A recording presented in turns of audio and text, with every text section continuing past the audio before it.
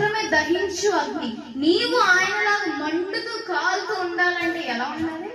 ఆయనతో సంబంధాన్ని కలిగి ఉండాలి. ఆయన నుండి వేరైతే మంట, పురుగులు ఎక్కడికి వస్తాయి? అగ్గి దగ్గరికి వస్తాయా? ఎందుకు రావు? అగ్గి లేకపోతే వెళ్తురుంటే సరిపోదు, అగ్గి కాలుతూ ఉండాలి. చీకట్లో చిన్న లైట్ వేసారు అనుకోండి, పురుగులన్నీ ఎక్కడ చేస్తాయి? లైట్ దగ్గర. అదే మంట పెడతాయి.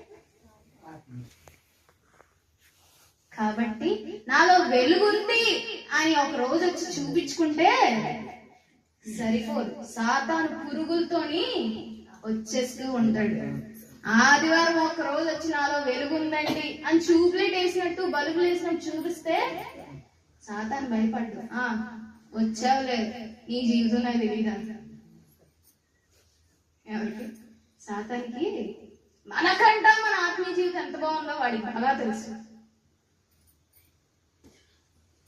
శిష్యులు అందరూ ఒక దెయ్యాన్ని వెలబడ్డానికి వెళ్తే సాతాను వెళ్ళలేదు. వచ్చావులే, బయలుదేరు, మహా అయితే మీ యేసు ప్రభుని తీసుకురా, అప్పుడు చూసుకుందాం. నీతో నాకు పని లేదు, నీలో ఏం లేదు, మంట లేదు. పేరుకు నువ్వు యేసు ప్రభుతో తిరుగుతున్నావు, నీలో ఏం లేదు. 3.5 సంవత్సరాలు యేసు ప్రభుతో తిరిగారు 12 మంది శిష్యులు. ఎన్ని సంవత్సరాలు?